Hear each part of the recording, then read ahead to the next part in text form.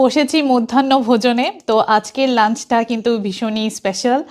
রয়েছে, প্রচুর খাবার রয়েছে। তার কারণ একে তো ছুটি শুরু হয়ে গেছে, ছুটি চলছে, তার উপরে আবার বড়দিন।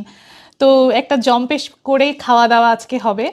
রোস্টেড চিকেন রয়েছে, ফ্রাইজ, তারপরে সসেজ রোল, ক্রোজন, চিকেন নাগেটস, তারপরে রোস্টেড ব্রকলি, কুমড়ো রয়েছে এবং একটা ফ্রুট স্যালাড, মানে ফ্রুটের একটা প্ল্যাটারও রয়েছে। তো জমিয়ে খাওয়া দাওয়া হবে এখন।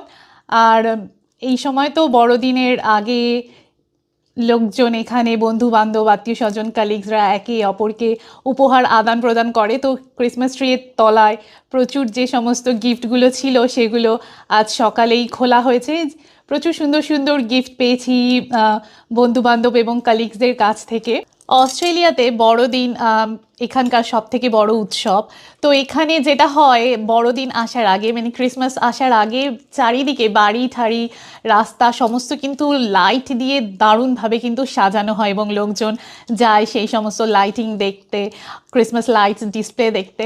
তো তোমরা তো দেখেইছো, সেগুলো তোমাদেরকে এর আগেও দেখিয়েছি। তবে যেটা হয়, ক্রিসমাসের দিন কিন্তু ভীষণই শান্ত থাকে।